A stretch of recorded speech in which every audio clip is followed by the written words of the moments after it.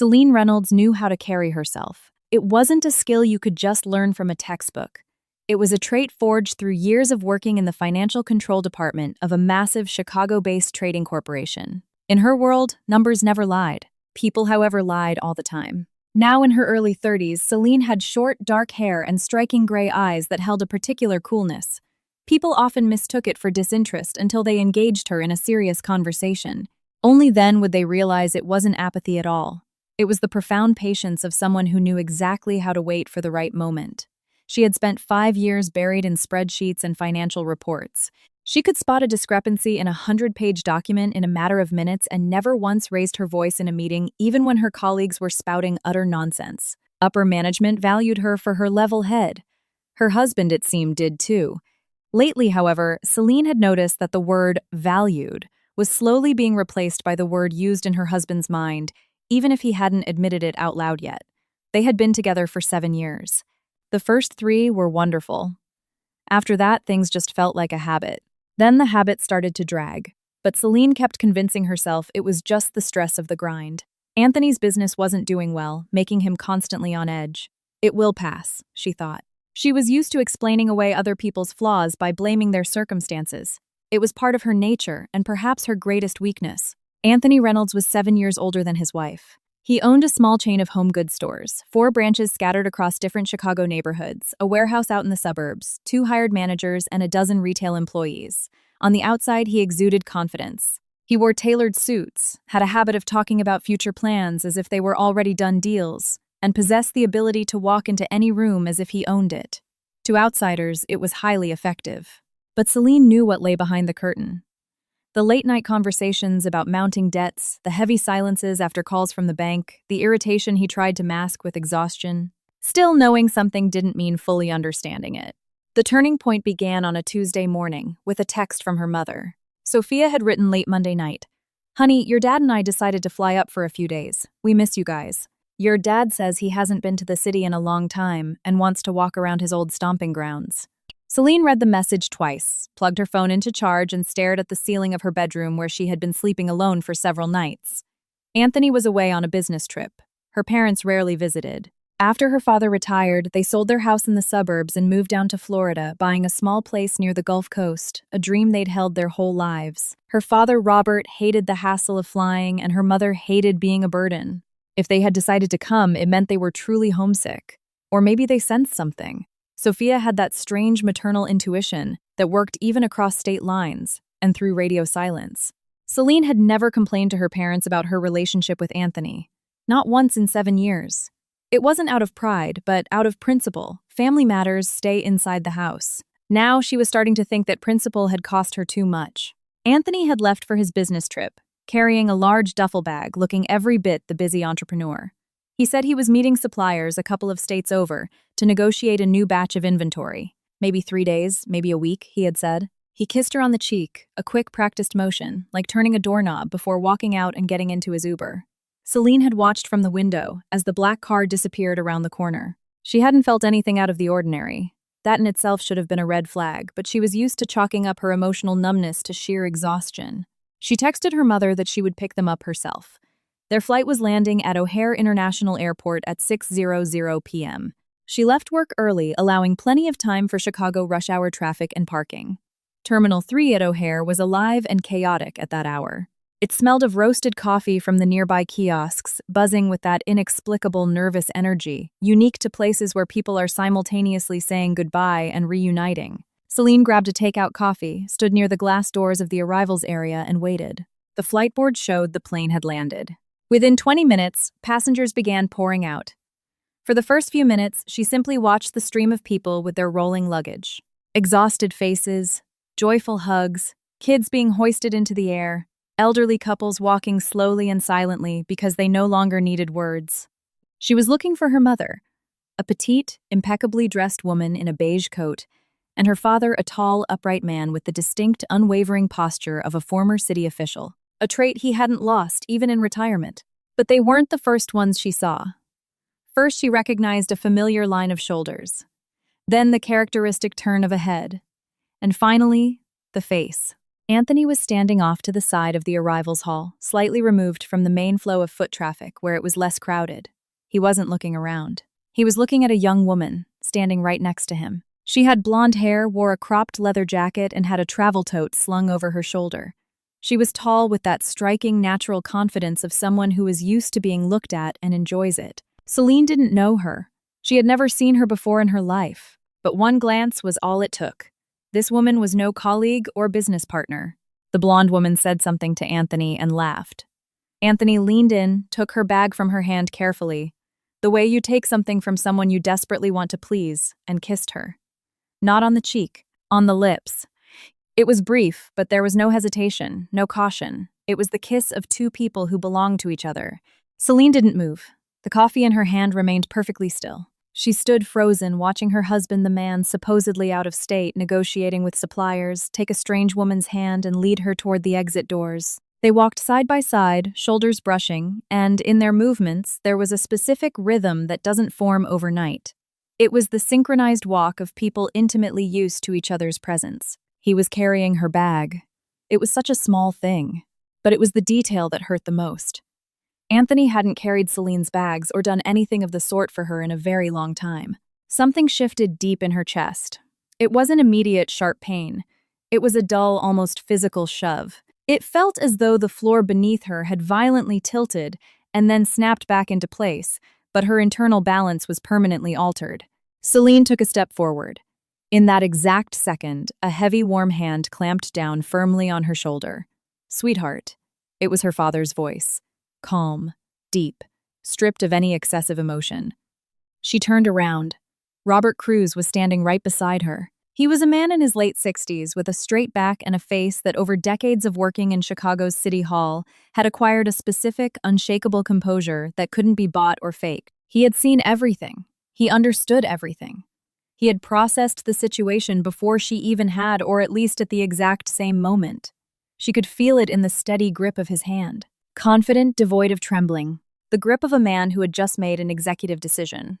Back in his day, Robert Cruz had overseen zoning land disputes and investment policies for the city. Hundreds of people with brilliant business plans and hidden agendas had passed through his office. He was an expert at reading a person from the very first conversation. 7 years ago, when Anthony Reynolds first came over to ask for his daughter's hand, Robert had stared at his future son-in-law for a long time without speaking. He hadn't objected, but he hadn't celebrated either. Celine had thought her father just didn't want to let his daughter go. Now she realized her father simply knew a lot more than he let on. Behind him stood her mother, Sophia, petite, wearing her signature beige. She looked exactly as Celine had pictured her, but she was looking at her daughter with a specific kind of worry, the kind mothers try to hide behind a faint smile but can never fully erase from their eyes. "Dad." Celine started to speak, but she didn't recognize her own voice. It was too weak, too fragile. "Sweetheart," her father repeated. And in that one word, everything was contained. The understanding, the shared pain he was actively suppressing, and something solid as steel, a decision made without a shadow of a doubt. "Let us teach him a lesson he will never ever forget." She looked back to where Anthony had been standing. He was already near the automatic doors, back straight, confident. The blonde woman was whispering something in his ear. He was smiling. They had passed within 30 feet of Celine, and he hadn't looked over his shoulder once. He hadn't felt a thing. He hadn't sensed his wife, his father-in-law, or his mother-in-law. None of the people whose sheer proximity should have set off alarms in his chest. That, perhaps, was the most agonizing realization of all. "If you walk up to him right now," her father said, his voice a low, steady hum, "he'll tell you she's just a colleague, a business meeting. He'll tell you you're crazy and making things up. You'll make a public scene. He'll turn it around, make you the hysterical wife, and he'll seize the narrative. Guys like him are masters at that. I've seen dozens of them in my career. They run on other people's emotional reactions. It's like fuel to them." Celine was silent. She watched the two figures blend into the crowd by the glass doors and disappear into the Chicago evening. "We don't need a scandal," her father continued, speaking in an even tone as if explaining a basic matter of logistics. "We need a precise strike, in the right place at the right time, with zero noise." "Dad," Celine finally said. This time her voice was much steadier. "You just got off a plane." "Exactly," Robert replied curtly, taking her by the elbow. "So let's find the car. Let's go home, have a good dinner, and then we are going to sit down and have a very calm, very serious talk." Sophia hugged her daughter silently. Not a desperate squeeze, just a long, grounding embrace. Celine didn't cry. Standing in the middle of the noisy O'Hare arrivals terminal, she felt something inside her slowly, coldly beginning to rearrange itself. It wasn't shattering. It was restructuring.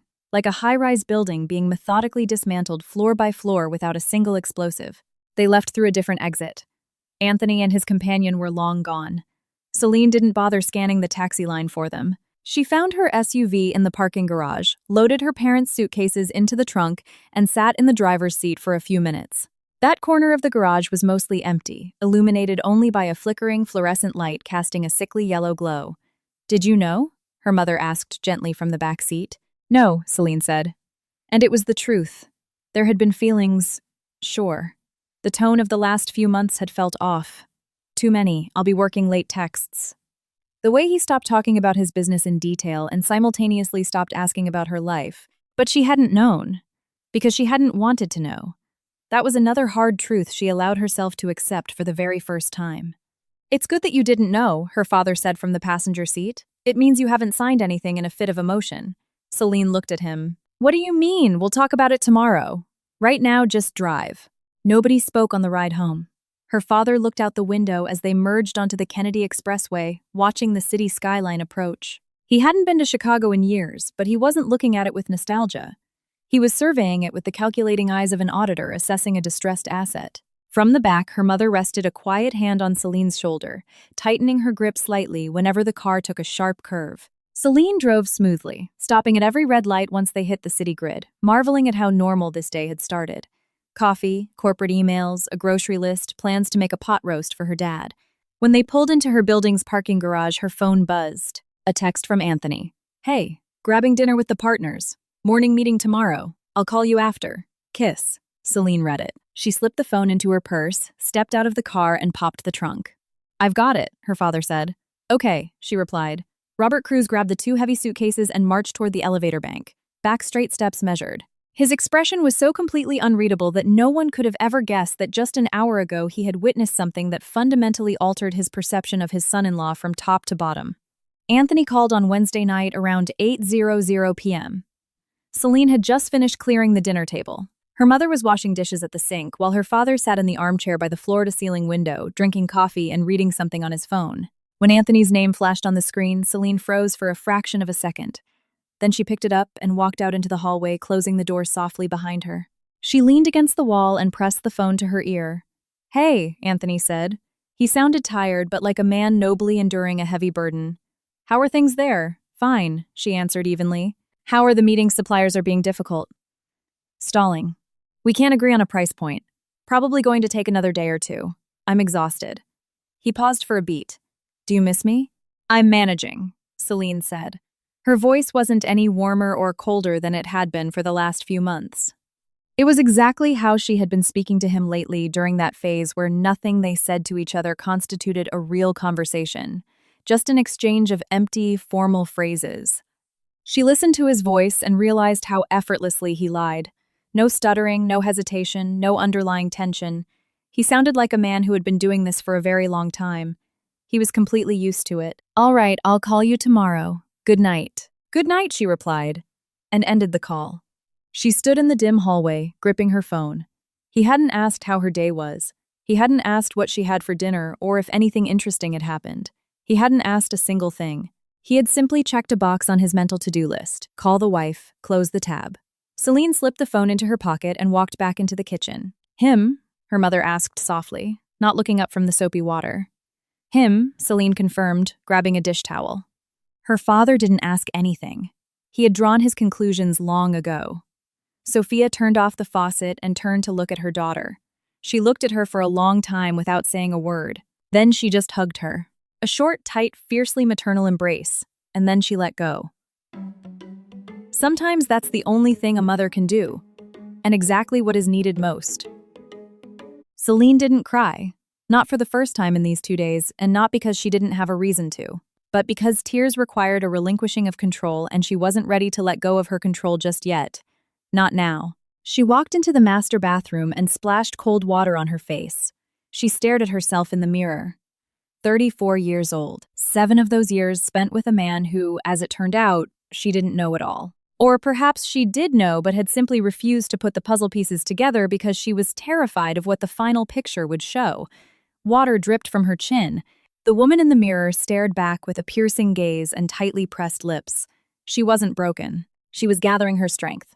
The next morning, Thursday before Celine got ready for work, her father asked her to sit down with him for a minute. Just the two of them were in the kitchen. Sophia hadn't come out of the guest room yet. Robert spoke evenly the way a person speaks about matters of great importance that require zero emotional interference. No preamble. "The condo is in your name," he began. "Yes," Celine said. "It was the smartest thing we ever did. Your gift. The deed was transferred to me. Sole ownership. Just me. Is Anthony's name on any paperwork related to the property? The title, a second mortgage, a power of attorney? No. His registered address is here, but he is not listed as an owner anywhere." Her father gave a short nod, like a man having a pre-existing theory confirmed. "Have you signed anything in the past year guarantees consent to mortgage powers of attorney joint loan applications?" Celine shook her head. He tried to push for it a few times, kept talking about refinancing his business, getting a joint loan. He said the terms would be better with dual incomes, that the banks would be more lenient. A few months ago, he even suggested taking out a HELOC on the condo, just as a technical step for a 2 or 3 month bridge loan. But I always put it off. I told him I wanted to understand the paperwork first, that I needed to consult an independent advisor. He'd get annoyed, but he never outright forced me. He held back.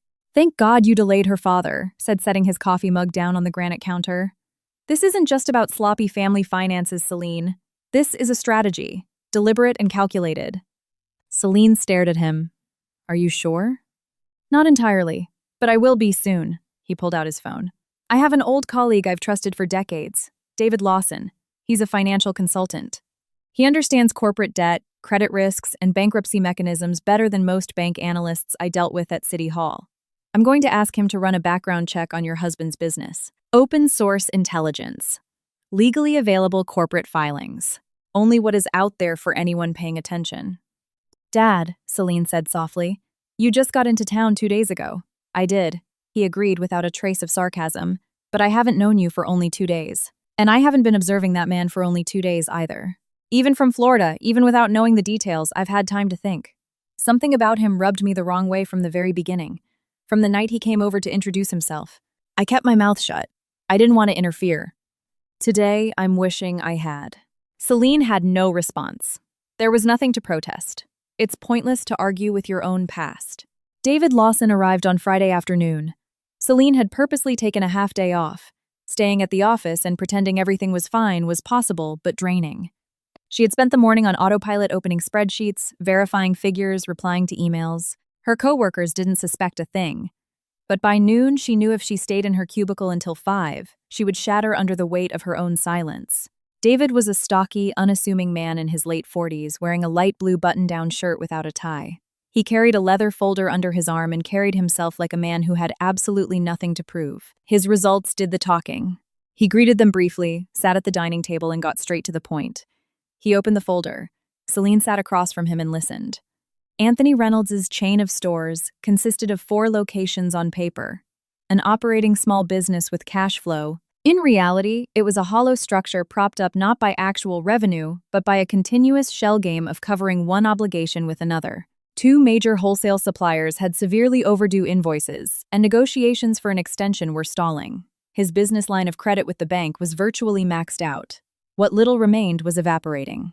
The suburban warehouse he leased was on a favorable grandfathered rate that expired in 2 months, and the landlord had already signaled they would not renew under the old terms. Furthermore, David mentioned ongoing negotiations with an angel investor that Anthony had been courting for weeks. The investor hadn't committed yet. They were demanding more documents, dragging out the due diligence. "Could it just be a rough patch?" Celine asked. David shook his head. "A rough patch is when you're temporarily illiquid, but you have a solid pipeline and financial reserves. This is different. The point is, there are no reserves here, no financial cushion, and no viable strategy to turn a profit. The business is surviving purely by attracting new funds to pay off old debts. That only works up to the exact moment one creditor refuses to wait. Then the entire house of cards collapses incredibly fast, and it's irreversible." "Does he understand this himself?" Robert asked. "He has to," David replied. A guy running a business for years sees his own balance sheets. The question isn't whether he knows he's going under. The question is what he plans to do about it. And based on what Celine just told me, he looked at her, his expression entirely professional, devoid of unnecessary pity. He plans to plug the holes using his wife's assets. By making you a guarantor, pulling equity out of this condo, or taking a joint loan against your corporate salary. Likely a combination of all three. The room fell dead silent. Outside, the city hummed, the faint sound of sirens down Michigan Avenue music from an open window across the street. An ordinary, humid Chicago afternoon, entirely oblivious to the implosion happening inside the apartment. Celine looked down at the printouts and numbers scattered across the table. For the longest time, she had thought his pushiness regarding their finances was just his clumsy way of asking for help. She thought his pressure was born out of masculine pride and shame. Now these numbers laid bare what his words had so expertly concealed. There was no shame. There was only a strategy. Calculated, sequential, ruthless. "Is the condo at risk?" she asked. "No," her father stated firmly. "You didn't sign anything. The property is legally yours through a deed of gift before the marriage. It is separate property, not a marital asset. In a divorce proceeding, he cannot touch it unless he can prove commingling of funds, which he can't. Your position on the condo is ironclad." "I'll double-check the nuances with an Illinois family attorney," David added, "but Robert is right. You have nothing to fear on that front." "What's next?" Celine asked. Her father and David exchanged a brief look like two generals who had already finalized the battle plan. "No sudden movements," Robert said. "You act completely normal at home. Do not give him any indication that you saw him at O'Hare. Do not sign a single piece of paper under any pretext. Just keep doing exactly what you've been doing for the last few months and wait. Wait for what? Wait for his situation to reach critical mass," David answered evenly. "It's going to happen in a matter of weeks, not much longer than that. We don't have to invent or fabricate anything. All we have to do is make sure the actual, unvarnished truth is seen by the people who have been turning a blind eye. His creditors, his suppliers, that potential angel investor.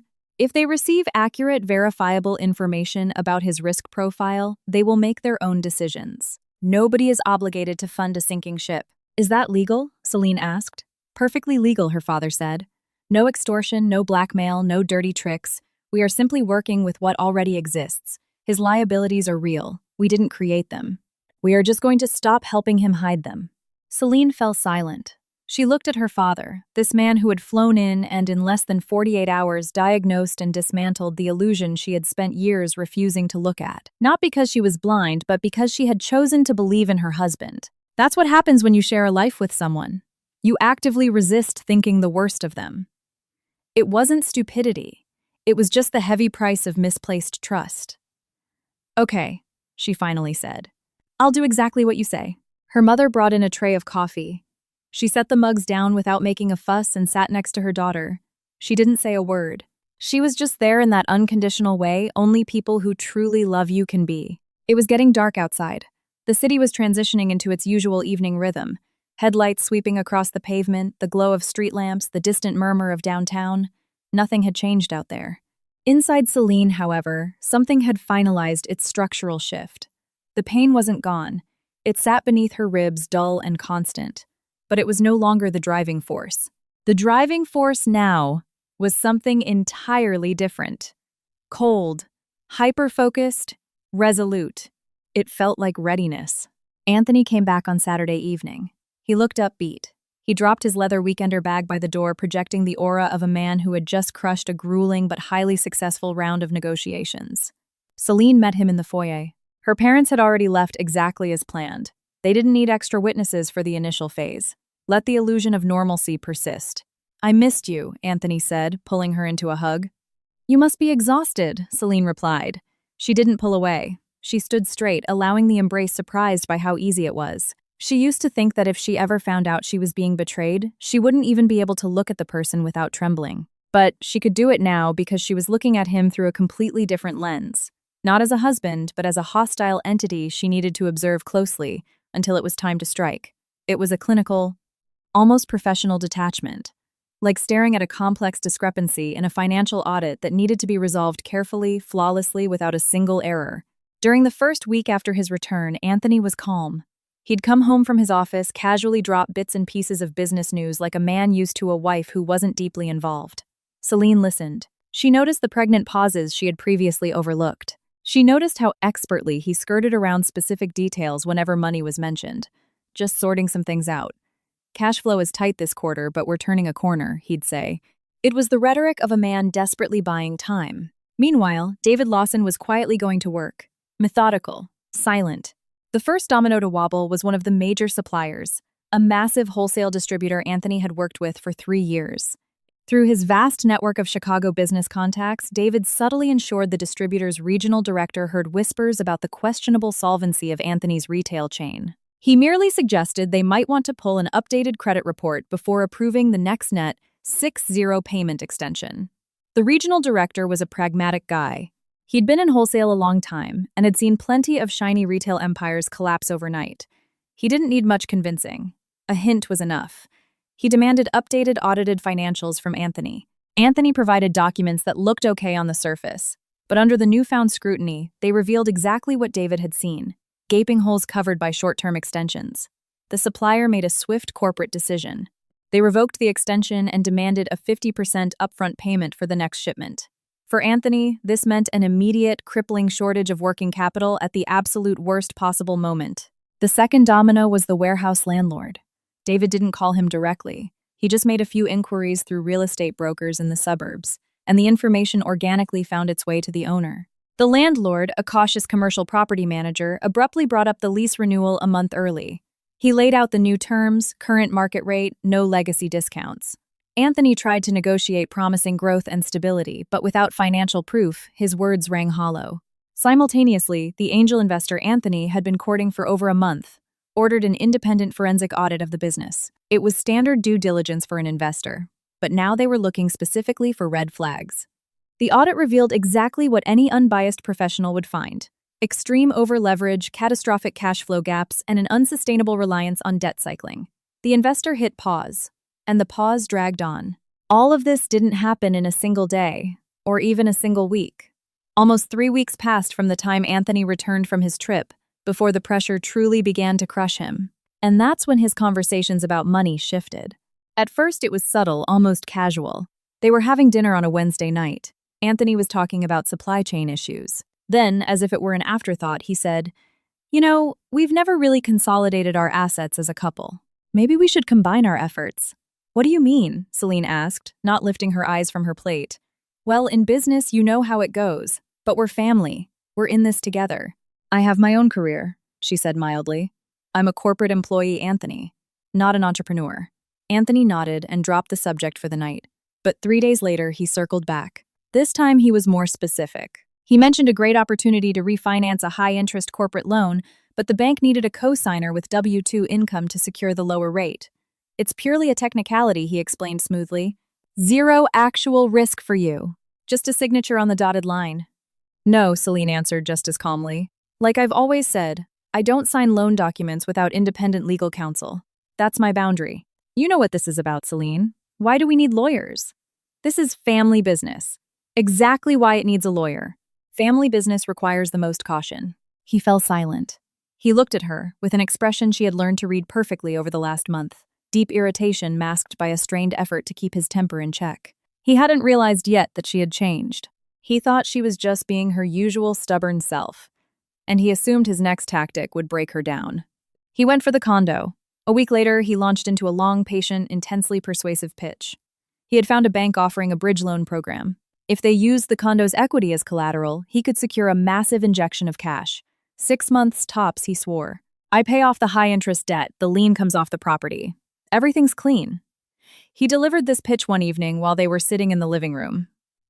He spoke with the measured cadence of an actor delivering a well-rehearsed monologue. Celine listened. She didn't interrupt. She let him finish every single sentence. "The condo is not exposed to the risks of your business," she said, when he finally stopped. "It's my separate property. I owned it before we got married, and it's going to stay mine regardless of what happens to your company." "You're talking to me like you don't even know me," he said, a sharp edge of grievance bleeding into his voice. It was that specific, manipulative hurt designed to make the other person feel guilty. "I'm talking to you as someone who actually reads the fine print before signing," she replied. Anthony stood up from the sofa and began pacing the living room. Celine didn't follow him with her eyes. She kept looking at the magazine in her lap. She could feel his glare burning into her, but she didn't lift her head. This, too, was a skill she had honed. Do not feed his reaction. Starve him of the conflict he's craving. While this silent, bloodless war raged inside the apartment, Celine called her parents a few times a week. "How are you holding up?" her mother asked one evening. "I'm managing," Celine replied. "Is it hard? Yes, but not in the way I expected." She paused, searching for the right words. "You know what the strangest part is? I don't even want to cry. I just want this to be over. I want things to be back in order." "They will be," Sophia said gently. "For 7 years, I convinced myself everything was normal, that he was just stressed, that business was tough, that we were just hitting bumps like any other couple. But the truth is, I just didn't want to ask myself the real questions because I was terrified of the real answers." "It is never your fault that you chose to trust someone," her mother told her. Celine looked up at the ceiling. "I know, but I'm never going to be afraid of the answers again." Her mother didn't add anything. She just agreed. Through all of this, Celine never gave Anthony a single clue that she knew about the airport. No subtle hints, no lingering glares, no sarcastic remarks. There were moments when she desperately wanted to scream it at him, especially when he was acting particularly arrogant or when he would step into the home office to take a hushed phone call, assuming she couldn't hear him. But every time the urge rose in her throat, she remembered her father's voice at O'Hare. A precise strike. No scandal. So, she held her tongue. Katrina Sanders, meanwhile, was also sensing a shift, though, of a very different nature. Anthony was calling her less frequently, and their clandestine meetups at upscale downtown hotels had dwindled. He kept promising her that things were about to be finalized, that everything was going to work out, that she just needed to be a little more patient. Katrina waited. She was young, highly attractive, and possessed a very simple metric for reading men. Does he have money, or doesn't he? Anthony used to have money, or rather, the convincing illusion of it.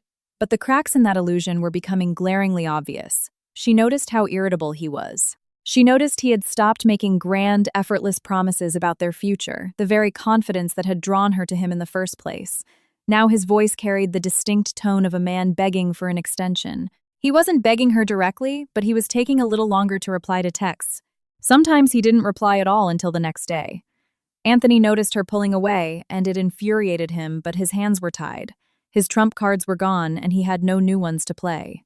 Katrina wasn't in a rush to make a dramatic exit. She was used to waiting until the dust settled to see where she stood, but internally she had already made her decision. At the end of the third week, David called Robert Cruz. The angel investor had officially backed out. No dramatic boardroom fights, no burned bridges, just a formal email. "Based on our review of the financials, we do not feel it is prudent to proceed with an investment at this stage." Polite, final. For Anthony, it was a devastating blindside. The investor had been his life raft. That cash infusion was supposed to plug the most critical leaks and buy him time to maneuver. Without that money, the elaborate narrative he had constructed over the past few months, the negotiations, the promises, the delays, evaporated into thin air. Celine found out on a Thursday. Her father called and relayed the update. "So, it's close," she asked. "It's imminent," Robert confirmed. "David says maybe a week and a half at most. When an investor walks away, it triggers a chain reaction. Word travels fast in the Chicago commercial sector. Everyone else gets spooked and rushes to collect what's theirs. It starts a collapse that he cannot stop from the inside." "What does he have left?" "Debts," her father said bluntly, "and a desperate need to find someone else to pay them. His last resort is going to be you, your condo, your salary. The conversation he's going to start in the next few days will be the most aggressive one yet. Be ready." "I'm ready," Celine said, and hung up. Over the next few days, Anthony wandered around the apartment like a man with a shattered rib in immense pain, but unable to decide if he should admit he was injured. Celine observed him with the icy detachment she had perfected. He completely stopped talking about his business. In the past, even on bad days, he could always spin a positive narrative, inventing some convoluted reason why a massive payout was just around the corner. Now there was just silence. And that silence was louder than a siren. By Monday, he didn't even go into the office until noon. He sat at the kitchen island, staring at his phone.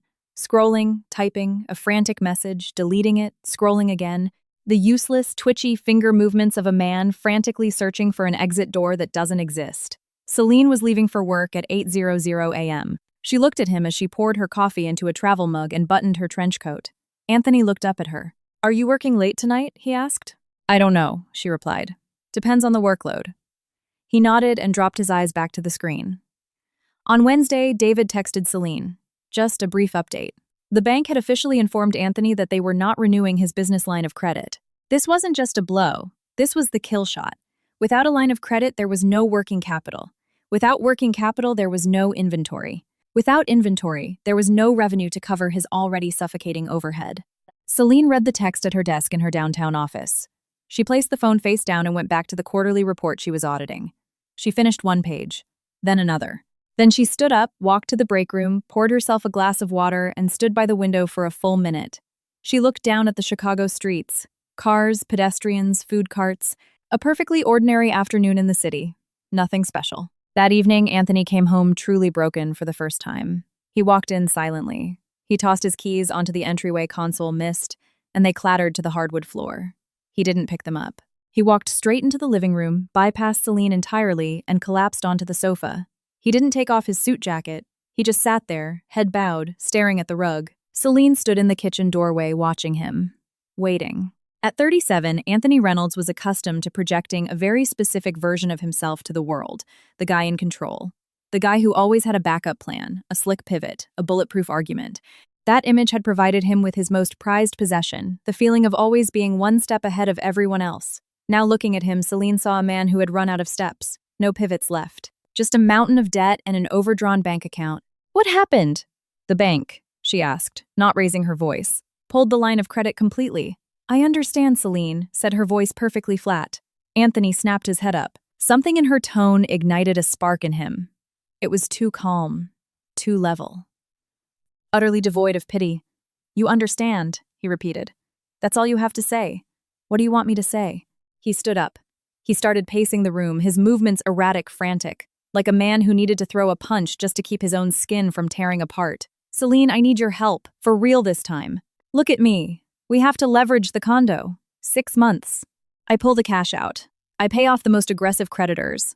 I negotiate new terms with the suppliers. I find a new backer. I just need a runway. No, Celine said. You're not even thinking about it. I've been thinking about it for a long time. The answer is no. Anthony stopped dead in front of her. He stared at her for a long time as if he were looking at a stranger wearing his wife's face. So you're just gonna let me drown? No. I'm just refusing to lash myself to your sinking ship. Those are two different things. You're my wife, which is exactly why I'm not a guarantor for your corporate debts. She turned around and walked back toward the kitchen. He followed her. Celine stood calmly by the marble island, unmoving. She could feel the heat radiating off him, the sheer palpable fury, and she offered him absolutely nothing in return. That perhaps was the most devastating tactic of all, the absolute refusal to engage. The refusal to play the role of the hysterical, emotionally invested spouse. I need capital, he finally snarled. The mask was entirely off. The charming persuasion was gone. It was just a brutal demand slapped onto the counter. You work. You have excellent credit and a high salary. Take out a personal loan. No. They'll approve you for a massive amount. No, Anthony. This is our family, he yelled, his voice cracking like a whip. For the first time in the entire conversation, he lost his temper completely. You can't just stand there and watch everything I've built collapse. I didn't build it, Celine said softly. And it isn't collapsing today. And it isn't because of the bank. He froze. He looked at her with the panicked expression of a man realizing the ground he's standing on is actually a trapdoor. But it was too late. What the hell is that supposed to mean? He asked, his voice dropping to a dangerous whisper. It means your business has been fundamentally broken for a lot longer than the last few months, she answered, her voice cold and steady. And you know that better than I do. Anthony didn't reply. He walked slowly back to the sofa and sat down. The manic, aggressive energy that had fueled him seconds ago completely vanished. He looked deflated. He sat in silence for a long time. When he finally spoke, his voice lacked any trace of anger. It sounded almost casual, entitled. Fine. Let it all burn. Doesn't matter. We'll just live off your savings and sell your jewelry. Your parents bought you enough diamonds over the years. You're my wife. You're obligated to support your husband when things get tough. What's the code to the safe again? Celine stood entirely still, staring at him. She hadn't known exactly what she expected to hear, but it certainly wasn't that. It wasn't the grotesque, simplistic distillation of what she actually meant to him after 7 years. Not a partner. Not the love of his life. An insurance policy. A fallback option. a line item on a spreadsheet to be liquidated in case of emergency. She had thought hearing it would shatter her. She thought it would trigger a tidal wave of grief she couldn't contain. But there was no grief. There was no wave. There was only the blinding, crystal-clear realization that comes when the final question is finally answered. For 7 years, she had convinced herself she was married to a man who was just tired, just stressed, just carrying too much weight. Now, she saw him exactly as he was. He wasn't even trying to hide it anymore because he didn't think he needed to. The last fragile tether connecting her to the past snapped and dissolved into nothingness. No pain, no bitterness. "Okay," she said. "I hear you." She walked into the kitchen, pulled the door shut behind her, and stood by the sink for a few minutes. She looked out the window. It was fully dark now. The street lamps down below flickered to life. Across the street, an older woman sat on a bench, while her golden retriever sniffed the pavement. An incredibly ordinary scene. Celine pulled her phone from her pocket and texted her father. "It's time." The reply came less than a minute later. "Understood. David and I will handle it." She barely slept that night. Not from anxiety, but from the strange, almost physical adrenaline of total clarity. Her thoughts were sharp, concise, and tactical. What needs to be done? In what order? How exactly? The next morning, Thursday, she met David Lawson at a quiet cafe near a boutique hotel in the Loop. She recounted the argument from the night before, calmly omitting unnecessary emotional details. When she repeated Anthony's demand to sell her jewelry to fund his life, David didn't say a word. He just slightly raised his eyebrows for a fraction of a second, the look of a professional having his worst assumptions validated. David got straight to business.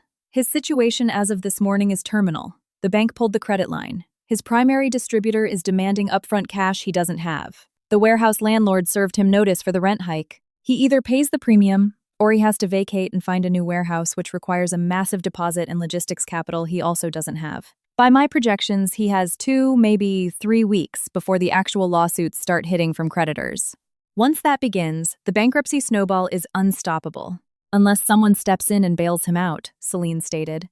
Exactly, David confirmed. But he's burned his bridges. His business contacts know he's radioactive right now. Nobody is lending him a dime without collateral. He is backed into a permanent corner. Celine looked out the cafe window at the bustling Chicago street. Her face was entirely neutral. No triumph, no pride, just observation. "I need a divorce attorney," she said.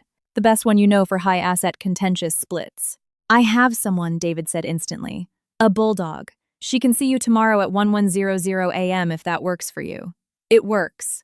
The lawyer was a sharp, impeccably dressed woman in her early 40s who spoke in bullet points. She saw Celine in a sleek office overlooking the Chicago River. She listened intently, didn't interrupt, and only asked highly specific, probing questions. Professional, clinical. She reviewed the deed to the condo, the trust documents from Celine's parents, and the tax returns. After 20 minutes, she delivered the conclusion Celine already knew, but needed to hear on official legal letterhead. The condo is your separate non-marital property. It was gifted to you before the marriage and title was never commingled. It is entirely immune to equitable distribution in an Illinois divorce. There is zero risk. Furthermore, you haven't signed a single corporate guarantee for his business, not one Celine confirmed. The lawyer nodded and outlined the next steps. We draft the petition for dissolution of marriage. We file it. We serve him. Because the residence is your sole property, we can petition for exclusive possession of the marital home if he refuses to leave voluntarily. It's standard procedure. Very clean. Celine took notes in her planner, marveling at how surreal the legal terminology sounded. Dissolution of marriage. Equitable distribution, exclusive possession. 7 years of a life that felt or had at least appeared real ultimately boiled down to a stack of standardized forms, dates, signatures, and notary stamps. It wasn't a tragedy. It was just a fact she was finally looking at without flinching. "Call me when you're ready to pull the trigger," the lawyer said as they shook hands. "I can have the filings ready in 48 hours. On Friday night, Anthony tried again. This time there was no anger, no bullying. He spoke softly. He was practically begging. He said he had found a private hard money lender. No banks involved, no real estate collateral required, just a personal guarantor signature. "No," Celine said. "Celine, I am begging you. No." He fell completely silent. He stood up and walked into the spare bedroom. Half an hour later, Celine heard him talking on the phone. Hushed, frantic, desperate whispers. Then, dead silence. During those days, Katrina Sanders had stopped answering Anthony's calls on the first ring. Sometimes she didn't call back at all. Anthony noticed, but he couldn't confront her about it because he had no leverage. Their last conversation had been brief. She told him she was tired of waiting, that the sneaking around wasn't working for her anymore, and that she needed security. Anthony had promised her security using the exact same hollow phrases he had used a dozen times before. Katrina had simply said, "Okay," in the tone of a woman who knows absolutely nothing is going to be okay. She never called him again. Saturday passed in heavy, suffocating silence. Anthony spent the entire day in the apartment, pacing, staring at his phone, picking at his food. Twice, he walked out onto the balcony and just stood there, staring down at the city streets with the blank, hollow eyes of a man who had run out of lies to tell himself. Celine worked on her laptop in the bedroom, only coming out to go to the kitchen. They barely exchanged a word. This silence was different from the usual weekend quiet. It wasn't the silence of exhaustion or unspoken tension. It was the absolute terminal silence that descends when two people know it's over, but neither has said the words out loud yet. Celine thought about how, in just a few days, this condo would be solely hers again. She would come home and it would be quiet, but a different kind of quiet. Not the anxious silence of waiting for a bomb to go off, but the peaceful silence of a space that belongs entirely to you. She didn't want anything more than that. Right now, it was enough just to reach the end of the road that had started at O'Hare 5 weeks ago. On Monday evening, Celine called the attorney and told her to finalize the paperwork. Her voice was steady, void of hesitation. The voice of a woman who had made her choice weeks ago and was simply executing the final phase. By 1:00 a.m. tomorrow, everything will be ready, the lawyer replied. Celine thanked her, hung up, and sat in the quiet of her bedroom, staring at the closed door. Beyond that door was the living room. Anthony was sitting out there. She could hear him aimlessly flipping through TV channels, pausing, flipping again. He wasn't watching anything. He was just trying to fill the silence with noise. She had learned to notice that too. Tuesday morning, she woke up early. She brewed coffee and drank it standing by the window watching the city wake up below. Anthony was still asleep. She dressed in her sharpest blazer, grabbed her leather tote, and walked out the door just like any other Tuesday. Nothing special. At 1:00 a.m., she sat in her lawyer's office and received the folder, a filed copy of the petition for dissolution of marriage, the deed to the condo, the trust documents, everything neatly tabbed and organized. Signed, sealed, and stamped. The lawyer had filed the original with the Cook County clerk that very morning. Celine held the heavy manila folder and looked at it, thinking again how strange it was that 7 years could fit into a half-inch stack of paper. From the lawyer's office, Celine went straight to the hotel where her parents were staying. They had flown back into Chicago the night before to be there for the final act.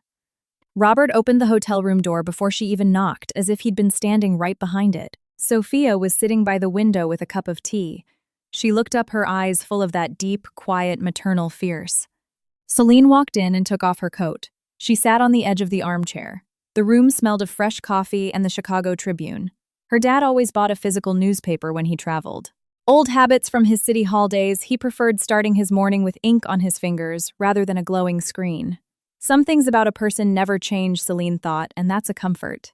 They hugged. Tonight, Celine said simply. Her father nodded. I'll be right there with you. In the room, but out of the way. I won't interfere unless I have to. You won't have to, Celine replied. I can handle him. I know you can, Robert said. Which is exactly why I'll just be standing there. Her mother stood up, walked over, and wrapped her arms around her daughter. It was the kind of hug you give someone before they walk into a storm. Tight, fortifying no unnecessary drama. Celine squeezed back for a second, then let go. Are you ready, Sophia asked softly. I'm ready. And it was the absolute truth. Celine went back to the office and worked through the afternoon with total, laser-focused calm. She knocked out 3 pending reports, replied to a dozen emails, grabbed a matcha latte with a coworker at 3:00 p.m., and chatted about office politics as if her entire life wasn't about to detonate in a few hours. Nobody noticed a thing. She was a master at not showing her hand. At 5:30 p.m., she logged off, walked to her car, and drove to the hotel to pick up her father.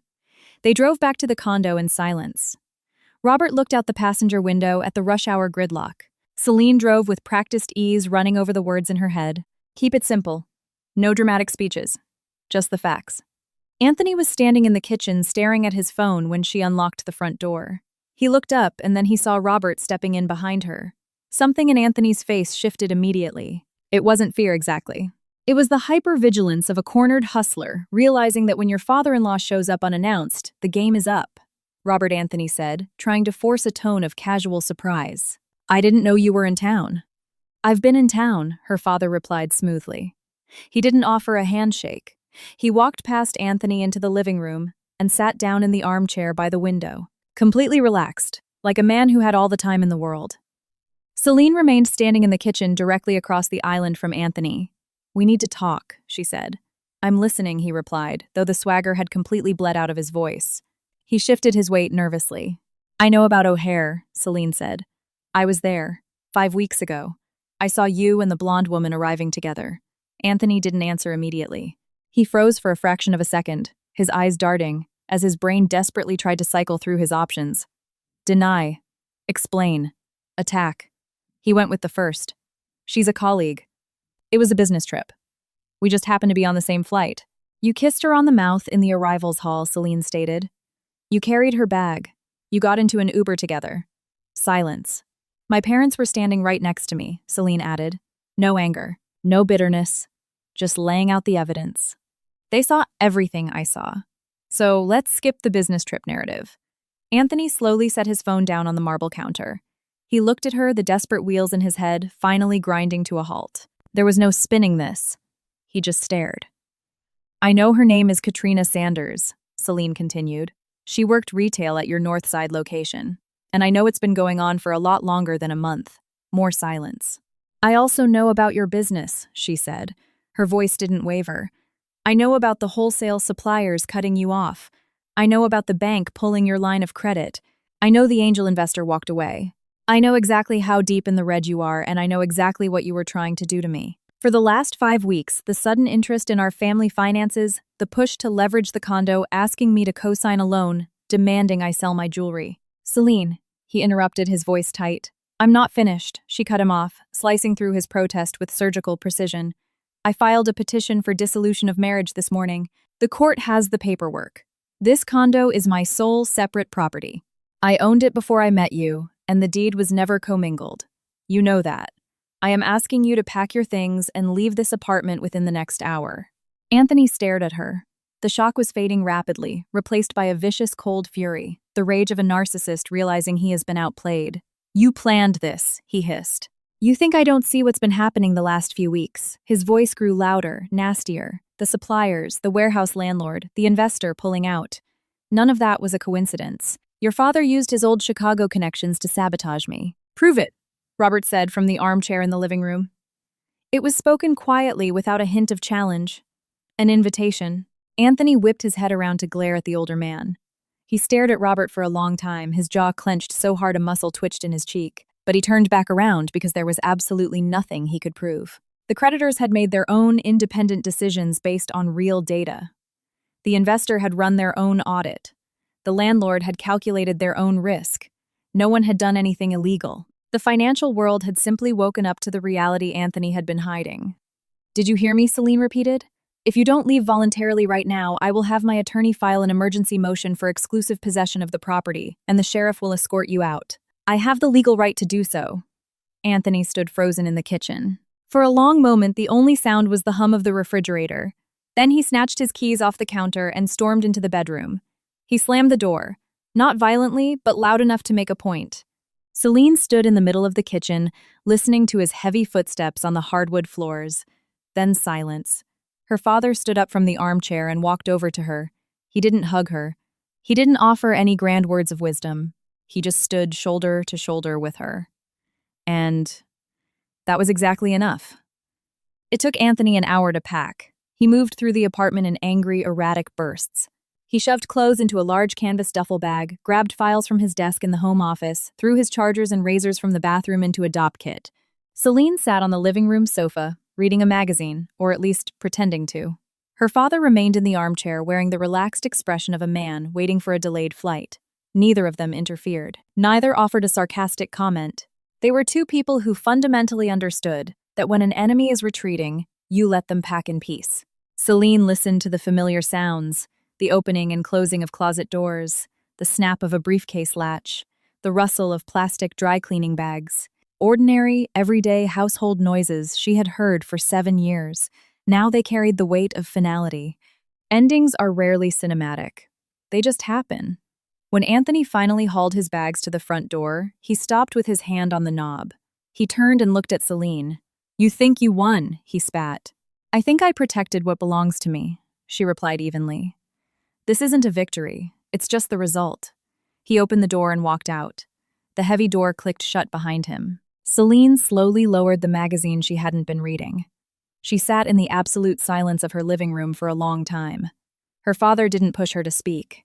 20 minutes later, the lock clicked. Her mother let herself in using the spare key Celine had given her earlier. Sophia walked into the kitchen, put a kettle on the stove for tea, and came out to sit next to her daughter on the sofa. The three of them drank tea as the sun dipped below the Chicago skyline. It was that specific time of evening when the city transitions from the frantic energy of the workday into the electric glow of the night. For a few minutes, everything hangs in a golden, suspended stillness that's hard to describe, but universally understood. Nobody talked about anything serious. Her father asked if they had any decent bread in the house. Her mother went to the fridge to check for sandwich meat. Celine looked out the floor-to-ceiling window, marveling at how bizarre the mechanics of life truly are. The most devastating monumental chapter of her adult life had just ended, and it concluded with tea silence and a question about bread. There were no trumpets, no dramatic movie monologues. You just keep living. You're just a little different now. A little more honest and infinitely more free. Over the next few weeks, everything played out exactly as David had predicted. Anthony's creditors, realizing there was no hidden cash reserve or wealthy wife to bail him out, went on the offensive. A vendor filed a lawsuit for breach of contract. Another halted all shipments until arrears were paid. 2 of the 4 retail locations shut down within a month. The inventory dried up. He couldn't pay the suburban warehouse rent, so he was evicted. Forced to rent a cheap U-Haul to move whatever stock he had left to a discount liquidator, desperately trying to sell it for pennies on the dollar. Katrina quit her job at his store. 2 weeks later, Anthony's last operating branch closed its doors permanently. By that time, Katrina had completely ghosted him. She had already updated her profile picture on Instagram. She was standing on a boat in Lake Michigan, her arm wrapped around a different, older, sharply dressed man. It was perfectly clear, requiring no further explanation. She wasn't the type to explain herself anyway. Why bother when the results speak for themselves? Anthony texted Celine a few times during the fallout. First, he tried to negotiate. Then he sent long, rambling paragraphs full of blame and venom. Finally, he went silent. Celine's replies were strictly handled through her attorney, limited entirely to the logistics of the divorce court dates, financial disclosures, signed waivers, nothing extra. The divorce went through without a trial. During the final hearing via Zoom, the judge asked the standard questions. Both agreed the marriage was irretrievably broken. The condo was legally confirmed as Celine's separate property. Since Anthony's business was a liability rather than an asset, there was nothing to divide there. The entirety of their 7-year marital estate amounted to Celine keeping the living room furniture and Anthony keeping his leased BMW. That was it. Walking out of the Daly Center courthouse in downtown Chicago, Celine stopped on the concrete steps. Her mother and father stood beside her, giving her a few feet of space, letting her breathe. The crisp autumn sun was shining. It wasn't hot, but it was incredibly bright, the kind of piercing, clear light that cuts through the wind off Lake Michigan and feels entirely honest. Celine tilted her face up toward it for a second. She felt the warmth, light, but undeniable. She realized that this was the beginning of something entirely new. It wasn't a sudden explosion of joy or overwhelming relief. It was simply the first day that her life belonged solely to her again. She turned to her parents. "It's done," she said. "It's done," Sophia confirmed, reaching out to squeeze her hand. Her father didn't say anything. He just stepped up to walk beside her. Calm, steady, unshakable. Just like he had been that evening at O'Hare when he put his hand on her shoulder and said, "Let us teach him a lesson." He hadn't been acting out of vengeance. He had simply removed a parasite's ability to survive by feeding on his daughter's trust. It wasn't a punishment. It was protection. A subtle distinction, but it meant everything.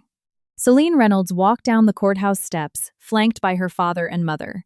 She wasn't thinking about the past 7 years anymore. She was thinking about what tonight would be like in her apartment. Quiet hers, completely devoid of someone else's tension and lies. Just the evening, just the quiet, just her own life, which finally belonged to no one but herself.